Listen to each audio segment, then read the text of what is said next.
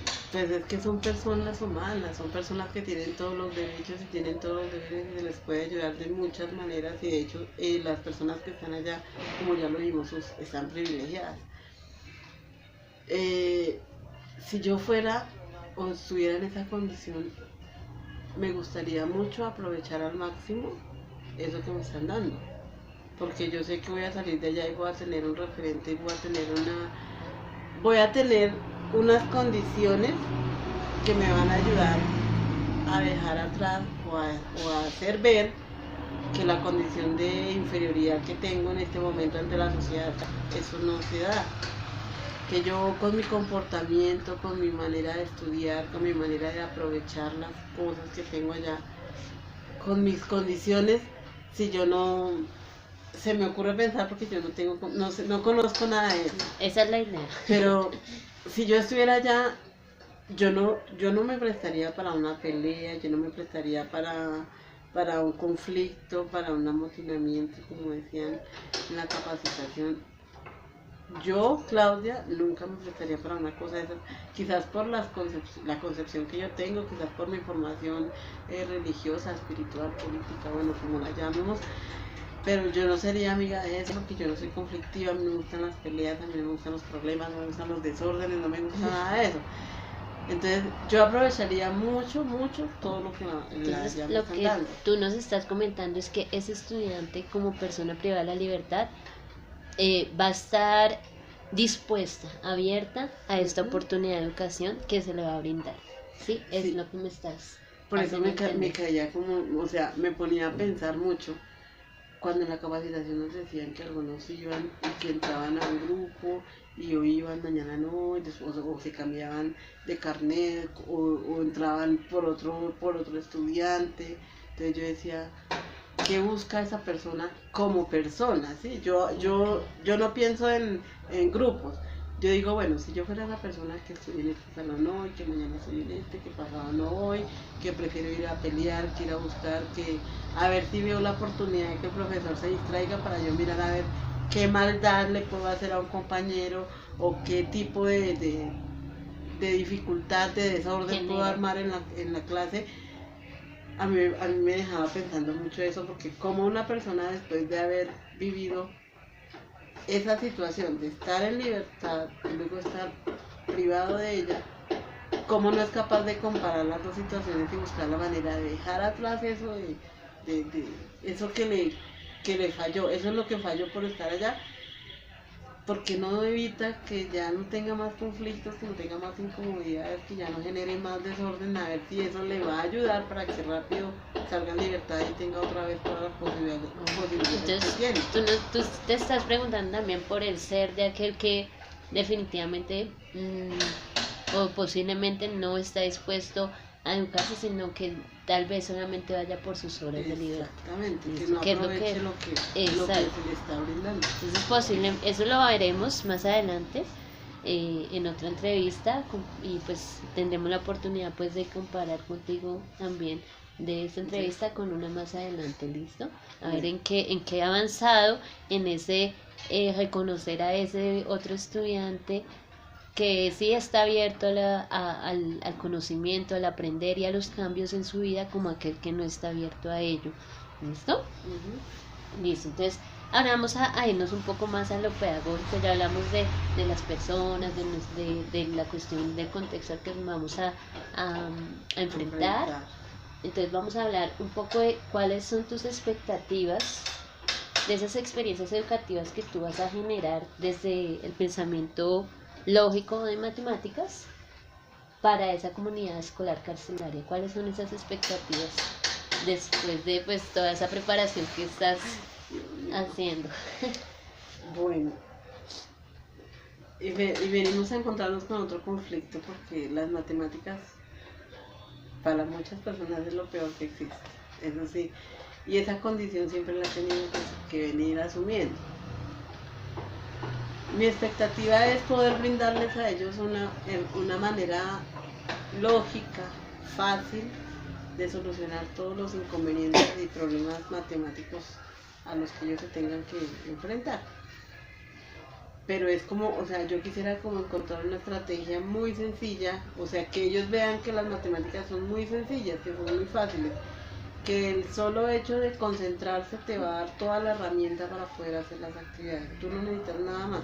Tú no necesitas que tienes que estar memorizando todas esas tablas de multiplicar, todos los algoritmos, todas las casas de factorización, todos los límites, eso no va con el hecho de aprender. Eso no es memorizar porque sí.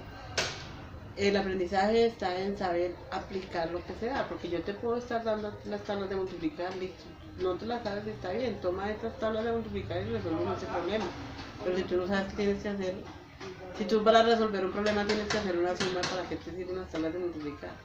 O sea, lo que tú tienes que hacer es acoplar el problema, la situación, a lo que tienes que hacer. Entonces, yo quiero, mi estrategia está, o quiero conseguir en ellos que aprendan a pensar sobre la forma correcta de resolver un problema, resolver una situación y hacer el ejercicio, que es muy sencillo de hacerlo. Con pasos básicos de una suma, una resta, una multiplicación, una división, tú haces y resuelves todo, sin necesidad que tengas que aprender muchísimas cosas de memoria.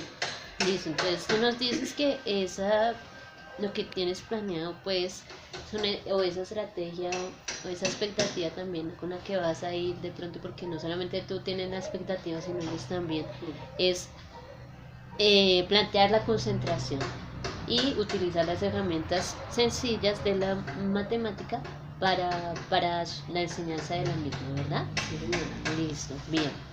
Ahora bien, eso en cuanto a lo educativo, sí, y tenemos experiencias educativas y yo sé que van a ser exitosas, mi profe. Sin embargo, desde su puesto, ¿cierto? ¿Cuáles creen que serían esas situaciones que permitirían que que permitirían una experiencia antieducativa en la comunidad escolar carcelaria? Bueno, esto no se lograría si los estudiantes o el grupo de personas que están compartiendo allá ese espacio de aprendizaje no encontraran esa necesidad de concentrarse para hacer las cosas. Si lo que decíamos ahorita, alguno de ellos quiere ir como por salir allá del patio donde lo tiene, porque bueno, voy a salir por allá a otro espacio, a otro lugar, a otro momento, eso no nos ayudaría para nada en la actividad que tenemos que hacer.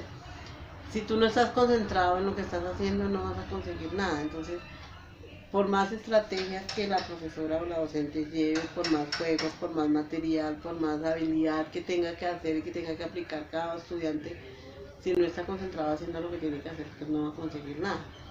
Entonces, sería antieducativo, antipedagógico el hecho de llegar allá sin tener claro qué es lo que se quiere conseguir.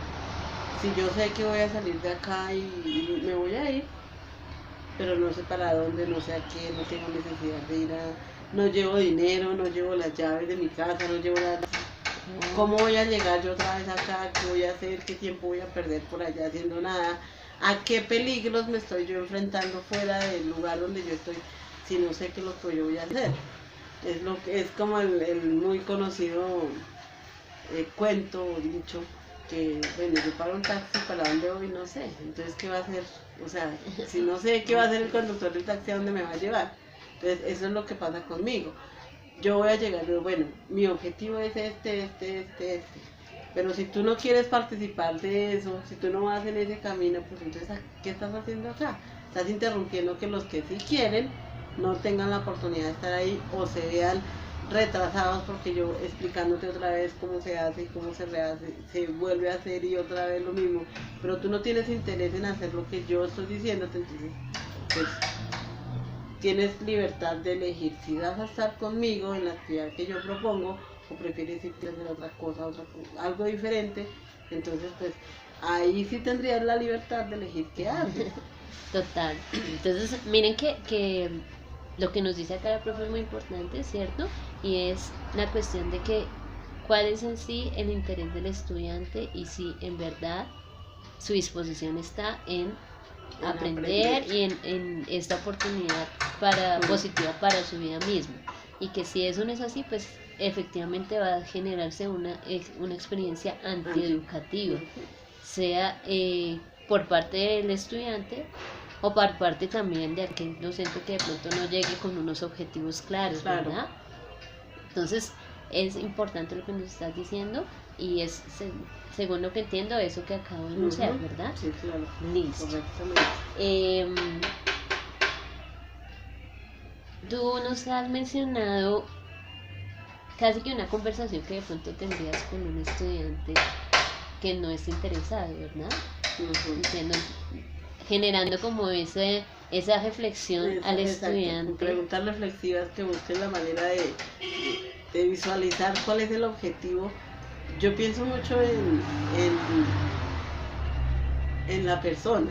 Yo no pienso tanto en la parte exterior de una persona. A mí no me interesa eso, si es mono, si es alto, si es bajito, si sus ojos son hermosos, azules, verdes, rojos, morados, no.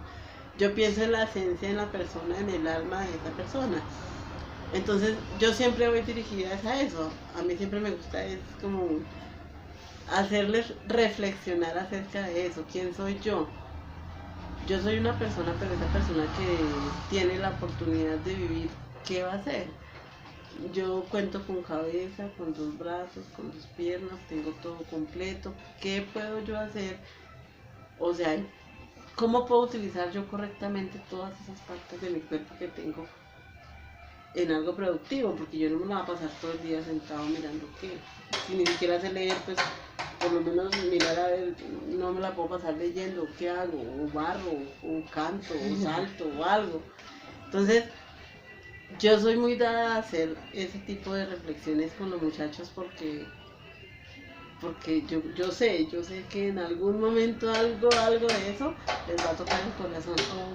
Y yo soy muy amiga de eso porque es que en el corazón está todo. Y entonces, si yo sé llegarles al corazón a ellos, yo sé que voy a tener una ventaja grandísima. Yo sé que voy a ganar todas las batallas que se me puedan presentar.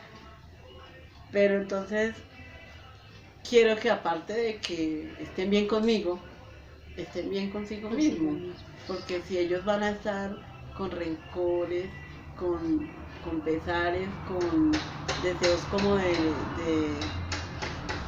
de volver el mal que desgraciadamente están viviendo por la oportunidad no tan buena, mejor, para no decir la mala, pero no tan buena que tienen en este momento, siempre si están en ese deseo de como devolver el mismo mal que desafortunadamente están viviendo o están pasando, no van a conseguir nada bueno. No van a conseguir nada bueno. A mí me gustaría llegar y poderle limpiar el corazón de toda esa cizaña que de pronto está por ahí. Total. Para que ellos aprendan a ver que la vida es hermosa. Yo lo digo porque yo tengo la experiencia, yo no he vivido, gracias a Dios, situaciones así muy difíciles. Pero tú sabes que cuando uno es joven, uno dice, no, pero mejor dicho, uno se cree coger el mundo a 2 manos. Y yo tenía, ¿qué? 13, 14, 15 años. Y yo era un genio espantoso, a mí nadie me podía decir nada. Yo no tengo amigos, no tengo amigas, por eso. Porque yo en mi época escolar era de muy mal genio, yo era, mejor dicho, y no, nadie me podía decir nada, nadie. Y después de muchos tiempos, cuando fueron pasando los años, se va uno dando cuenta que esas condiciones que uno mismo crea son para su propia destrucción. Entonces, porque yo veía a mis hermanas con muchos amigos, con muchas amistades, que le colaboraban, que les daban regalos, que les daban dulces, o sea, en todo momento bien. Y yo sola, yo decía, pero ¿por qué?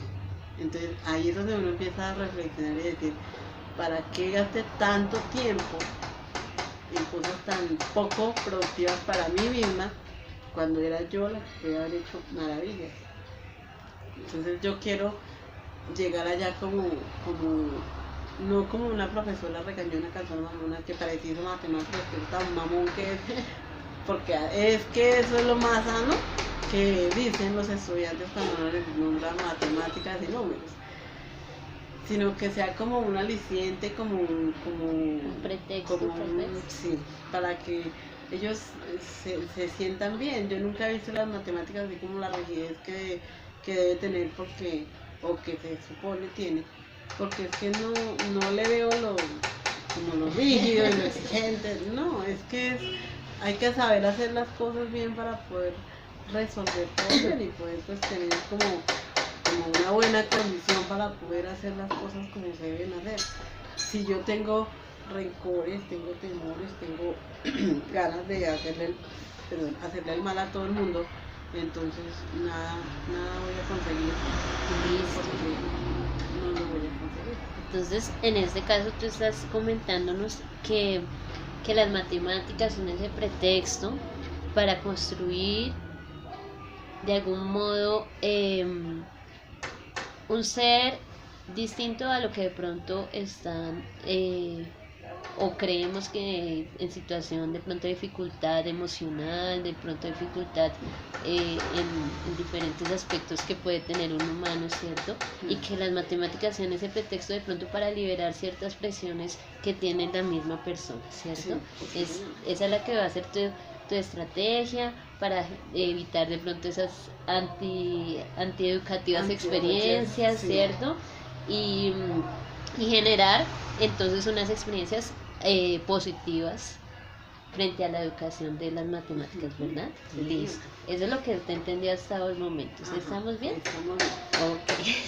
Porque pues la profe como humana ha pasado por situaciones difíciles también. No de pronto en el mismo nivel o grado, sí. pero todos hemos pasado por ello y también es una estrategia a partir de la experiencia misma del docente generar ciertas reflexiones al estudiante que está privado de la libertad en este caso, ¿listo? Ok, ahora bien, vamos a preguntarle a la profe pues cuáles crees que son esos saberes pedagógicos que te aportará las experiencias educativas, tanto las educativas como las antieducativas en este contexto carcelario. ¿Cuáles serán esos saberes pedagógicos que tú de pronto esperarás obtener al finalizar o al pasar más bien por esta experiencia? Yo creo que eso me va a fortalecer mucho en valores. Yo toda la vida he peleado con eso. Toda la vida he peleado con eso. Para mí siempre está, por encima de todo están los valores. Tanto así que, como lo he dicho siempre y lo seguiré diciendo, mi lema es: si no vivo para servir, no sirvo para vivir. El servicio ante todo, el respeto, la igualdad de condiciones. Yo puedo haber estudiado y tú no, o tú puedes tener muchos millones de pesos y yo no tengo. Tú puedes, o yo puedo caminar, tú puedes estar en silla de ruedas. O sea, son todas las condiciones del mundo. A mí no me interesan las condiciones que sean. El problema es que los valores tienen que estar ahí. Yo te tengo que respetar, no me importa la condición que tú tengas. Y tú tienes que respetar lo que yo soy y lo que yo tengo. Entonces, yo creo que esto va a ser un fortalecimiento de valores maravilloso para mí. Y de la misma forma voy a aprender a aliviar muchas situaciones. Yo he tenido situaciones en muchos ámbitos escolares que tiene uno que encontrarse con estudiantes que pelean, con estudiantes que se copian, con estudiantes que se roban los útiles escolares, con estudiantes que nunca les ayudan en casa y que entonces tiene que ser el profesor el que tiene que pasar a ser la mamá o el papá del estudiante. Son muchas situaciones que se han vivido. Estudiantes que han llegado drogados a la clase, estudiantes que cargan dentro de sus útiles escolares un puñal. Entonces, son situaciones a los que uno se enfrenta y que uno sale temblando de una aula de clase cuando uno se encuentra en esas situaciones. Y de la misma forma, la manera como ellos le contestan a uno, son muy bruscos, son muy groseros. De frente no me han dicho ningún tipo de palabra grosera. Pero yo sé que me las tuvieron que haber dicho porque uno se gana eso por el simple hecho de ser el profesor. Entonces uno se ve en una condición un poco mayor a ellos, entonces, o más alta que ellos, y entonces ahí se encuentra uno con todo ese problema. Yo sé que aquí voy a encontrarme con un saber muy grande en todo, en las condiciones o en la manera de actuar, en la manera de hablar, en la manera de percibir las cosas, en la reacción que va a tener, porque pues tengo entendido que son personas de múltiples edades. Entonces, no voy a trabajar solamente con muchachos, porque yo he trabajado hasta grado décimo, ponle 15, 17 años, pero ahorita me voy a enfrentar a una persona, no sé, 40, 50 años, quizás mucho mayor que de lo que yo soy. Entonces, pues son muchos saberes. Yo no sé, yo voy a llegar allá como una esponja a recibir todo lo que llegue y a saber, le pido a Dios que me ayude a saber cómo discriminar muy bien todo esto para que esto no me afecte a mí, porque yo soy una persona demasiado sensible y a mí todo me duele, todo. Y tú me pones a hablar de un tema X, Y, Z y yo con lágrimas te voy diciendo todo lo que pienso. Pero yo no dejo de llorar, yo no dejo de sentirme culpable, yo no dejo de decir, Dios mío, ¿qué hago yo para que esto no pase? Total. Entonces, pues, uy, no, También de pronto tienes ese poco esto va a ser maravilloso, yo sé que sí. Okay. Me da miedo, pero yo sé que esto va a ser un reto muy grande y va a ser algo muy valioso para tu vida. Bueno. Ok. Muchas gracias, mi profe. Claro que así va a ser. Igual vamos a constatarlo en una próxima entrevista, ¿listo? Claro. De pronto ahí sí se aflorecen las lágrimas. Ay, no. Bueno, vamos a ir ya hablando un poco del modelo, ¿cierto? En el momento pues hay que hacer una aclaración. Pues la profe, pues ella hasta el momento sabe muy poco del modelo educativo flexible que va a manejar. Sin embargo, pues ha tenido algunas conversaciones con algunos de los profes. Por cierto, hoy voy a hacerle una introducción a ello. Y entonces mi pregunta es, según pues eso que has escuchado, ¿cuáles crees que son las características del modelo educativo flexible para que sea apropiado en propiciar experiencias educativas pertinentes a la comunidad carcelaria escolar? ¿Cuáles son esas características del modelo educativo flexible? Bueno, yo creo que lo básico y lo más importante de todo es eso, que es flexible. Con el solo hecho de ser flexible quiere decir que así como nuestra mano va a tener unos alcances diferentes para cada uno de los estudiantes. Entonces, si tú llegas de una manera rígida a trabajar un tema, precisamente, por ejemplo, matemáticas, que es el mío, si tú llegas a exigir, bueno, es que tiene que hacer esto y de esta manera, no, porque es que las condiciones de las personas que están allá son distintas. Entonces, cada uno va a tener unos presaberes que yo no los voy a conocer, o sea, yo no los conozco, tengo que darme cuenta con quién voy a trabajar, qué voy a hacer, y de acuerdo a eso, tengo que empezar a mirar a ver cómo puedo llegar yo a que él alcance lo que yo quiero que alcance, lo que me exige la ley o la Secretaría de Educación o el colegio mismo que está certificando la actividad académica que yo hago. ¿Qué me exige a mí? Porque yo necesito que él alcance todos esos logros, pero yo voy a hacer como esa red que va a lograr que alcance a llegar a cada uno de ellos. Entonces esa flexibilidad me parece básica y ahí es donde yo tengo que entrar a demostrar la habilidad que tengo para hacer que ellos alcancen lo que necesitan para su propio desarrollo, pues no entrando a ser drástica, a ser exigente, a pedirles imposibles, sino que bajar como la condición que hay para lograrla ubicar en cada uno de ellos y que cada uno de ellos sepa llegar a donde tiene que llegar sin necesidad de que se vea afectado en su voluntad de que me toca, me exigen, por eso no vuelvo.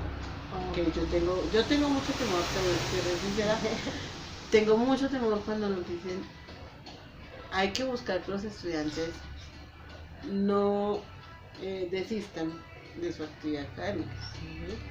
Entonces yo decía, Dios mío, si me dan, pongámosle 20 estudiantes, ¿cómo hago yo? Tengo que buscar la manera y la estrategia de que la próxima clase no sean 20, sino que sean 23, 22, por lo menos 21. No que la próxima clase, el próximo día, clase de pensamiento lógico, y de los 20 llegaron 10. Entonces, ¿dónde está el error? ¿Dónde está mi falla? Porque ahí sí sería en un 80% sería falla mía. Entonces, ¿qué estrategia tengo yo que buscar para lograr fortalecer y que ellos quieran estar ahí en ese lugar aprovechando lo que se les está dando? Ok. Bueno, entonces, según lo que entiendo, acá nos dice la profe, pues que el componente flexible es lo que genera esas experiencias educativas que atrapan al estudiante y que en el sentido positivo, ¿no? Sí. Para que pueda tener tanto esas competencias básicas que nos exige el Ministerio de Educación y a su vez pues que le genere un aprendizaje digamos que es significativo para su vida misma, ¿cierto? Claro. Porque ella nos habla de unos presaberes, es un componente meramente del aprendizaje significativo, Sí. desde el cual su merced entonces vendría a agarrarse para generar esas experiencias educativas positivas. Listo. Entonces, bueno, ya vamos con una última pregunta y pues muchas gracias, profe. No, Esta última pregunta tiene que ver con esas, de pronto esos limitantes que nos ha colocado la capacitación de cárcel distrital frente a las relaciones interpersonales con los estudiantes. Si nosotros vemos, es un aspecto importante dentro del aprendizaje, tener esa interacción interpersonal positiva con el estudiante. Pero ese contraste que de pronto nos limita un poco cárcel distrital, ¿sí? Frente a no reciba, no sea amable, no de palmaditas en los hombros, no por mucho la mano, eso es respeto, bueno, entre otras limitantes que nos condiciona un poco la cárcel distrital. ¿Qué opinas entonces en ese valor de agregado de la interacción personal estudiante-docente que se va a generar allí en cárcel distrital? Bueno, yo creo que un docente no tiene por qué valerse de como de estas características, como de estas condiciones, como de la igualdad con el estudiante para que el estudiante alcance lo que uno quiere. Yo creo que si un docente es docente y sabe ser docente, va a respetar sus límites y va a respetar el estudiante como persona íntegra que ella es. Yo nunca he sido amiga de eso tampoco, de que el profe venga y de que venga le doy un beso y que venga lo cojo de la mano. No porque yo soy yo y tú eres tú. Entonces yo no tengo por qué agredirte ni entrar allá en la condición que tú estás, ni tú entrar a la condición que yo tengo. Entonces, eso es el respeto. Para mí el respeto es básico y es el mejor de los, mejor dicho, es como el papá de los valores. Si yo te respeto y tú me respetas a mí, va a ser una interacción que va a estar fortalecida por la confianza, porque yo te voy a poder decir a ti muchas cosas, tú me vas a decir a mí muchas otras y no vamos a llegar a sentirnos culpables, ni yo de lo que te digo, ni tú de lo que me dices. ¿Me van a entender? Entonces, si hay respeto entre los dos, cada uno sabe hasta qué límite y hasta qué punto puede llegar y lo va a hacer sabiendo que la otra persona no se va a sentir mal. Entonces, esta situación como de negación a cualquier contacto con los internos es, no sé, o sea, no sé cómo expresarlo. pero no es malo. No es malo porque eso es respeto. Entonces no es malo. Que sea también bueno, no lo creo tampoco tan bueno. Porque en cierta oportunidad pues se da la situación, ¿no? O no se puede dar de pronto, no por el hecho de que yo te esté tocando y te esté cogiendo, ¿sí? Si no está bien entendido.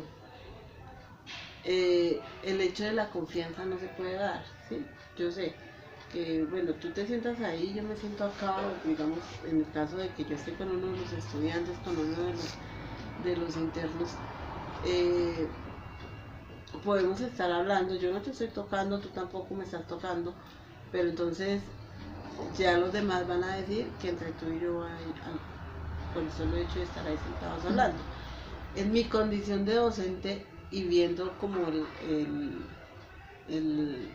la defensa que tengo yo por los valores y el deseo que yo tengo de llegar como al corazón de ellos, yo no le vería ningún problema al hecho de que yo esté hablando contigo, que tú me estés comentando algo y que yo tenga la oportunidad de poder expresar algo de lo que tú me estás diciendo. Yo creo que la experiencia que he tenido en aula regular con tantos estudiantes y pues, de tan diferentes condiciones, eso me da a mí como un bagaje para saber decir y de pronto poderte conducir o poder darte una opinión de lo que tú me estás contando. Si tú me estás contando un problema que tienes vamos a decirlo, con un guardia, por ejemplo.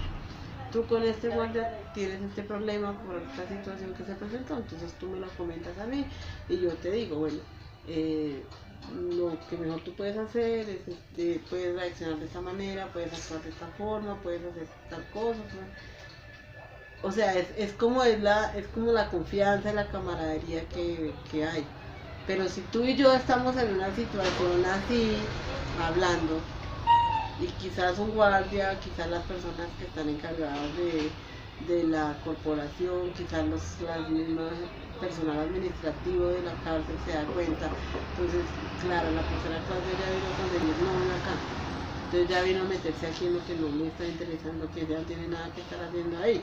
Sí, entonces eso no me parece. Por ese lado no me parece bueno el hecho de que no nos permitan que tengamos algo allá, porque el hecho de que yo te esté dando a ti una opinión para que tú hagas o no hagas las cosas, eso es tu decisión si lo haces o no. Yo no lo hago para que tú vayas o yo Claudia nunca llegaré a decirte no, tienes que armar un motín y mirar cómo haces para que mires a ver cómo consigues algo para hacerle un mal a este guardia y entonces buscar que lo saquen de aquí o que le no sé, que le hagan un memorando, no sé qué, jamás, porque es que la manera de ser mía no es así. Si a mí no me gusta el problema, no me gusta el conflicto, no me gusta el desorden, no me gusta nada, entonces yo nunca llegaría a una instancia de ese tipo. O hacer un favor, ¿no? Lo que nos hablaban en capacitación. Entonces, no sé, pues hasta cierto punto porque, o sea, es que yo me pongo a pensar en el ser de esa persona. ¿Qué haría yo allá encerrado sin una persona con quien hablar, sin nadie con quien confiar, sin nadie a quien decirle? Porque yo no creo que entre compañeros se comenten una situación y entonces ya sabe que por ejemplo tú sí quisiste, vas y comentas con otro y hay un problema y entonces ya se van a presentar y se van a crear como conflictos y peleas. Entonces no, yo no creo que ellos sean amigos de estarse comentando las situaciones con las personas de su pabellón. Entonces uno siempre va a tener algo guardado ahí. O sea, yo ahorita en libertad, aquí donde estoy, uno tiene cosas guardadas que son propias y uno no le abre el corazón a todo el mundo porque no todo el mundo sabe ni va a conocer ni va a comprender lo que soy yo y lo que tengo yo aquí guardado y lo que significa para mí todo eso. Entonces pues sí, como que, o sea, estoy de acuerdo hasta cierto punto, pero hay Con momentos las- en que no, y yo sé que por ejemplo y una por las persona implicaciones administrativa, que de pronto le pueden generar a uno como profesional. exactamente, Ok, mi profe. Entonces, lo que entendimos acá en esta pregunta, pues fue que las interacciones interpersonales con una persona privada de la libertad, hasta cierto punto, son beneficiosas tanto para la persona que quiere expresar algo que le acompleja y que le acongoja, ¿sí? Tal vez, eh, como persona privada de la libertad, que sea en una condición de vulnerabilidad, ¿cierto? Y que puede que le genere bienestar tan solo escucharlo, ¿cierto? sí, Como también, pues el limitante que tenemos frente a que debemos de alguna manera como docentes cuidar cierta imagen, cierto profesionalismo, el cual que uno debe manejar como profesional en estos contextos, ¿verdad? Es lo que entiendo por lo sí, que me porque dices. hay muchos docentes que no lo van a hacer de esa manera y ellos van a terminar involucrados con los internos, lo que de pronto los ejemplos o las experiencias que nos compartían. Entonces, yo creo que uno tiene que darse su puesto y si tú estás allá cumpliendo esa labor es porque sabes qué es lo que estás haciendo y tienes un fin específico. Yo, Claudia, tengo mi esposo, tengo mis hijos, tengo mi responsabilidad. Yo no voy a llegar allá a conseguirme un novio Claro, y más en esas condiciones, como nos decían ayer, no. O independientemente de las condiciones, no, sino que yo ya tengo mi familia, yo ya tengo como una línea de conducta, no veo por qué yo voy a buscar un tipo de, o sea, a causarle problemas a ellos y a causarme problemas yo misma por eso. total. Entonces, pues, si es una limitante en cierto momento, pero pues igual eso Cuando va te en ves las de condiciones. pronto Ujú. afectada o que tu familia se ve afectada, pues nadie va a querer eso. Ante Exacto. todo, pues proteger ese vínculo familiar antes de llegar de pronto a resultar en otros cuentos. Involucrada en otro cuento, no, peor, terrible sería eso, ¿no? Bueno, mi profe, muchas gracias por esta entrevista, ha sido en No, serio señora. fructífera, genial, porque ayer hice un par de entrevistas y pues estuvo ahí como que el afán de todo, por eso yo quería algo así, pues, y aparte que pues la profe nos ha prestado su espacio acá, No, con personal, mucho gusto, familiar, con mucho gusto. Yo no, y si no pues vivo muchas para gracias. servir, no sirvo para vivir. Ese es Entonces mi lema. vamos a dejar hasta acá, ¿cierto?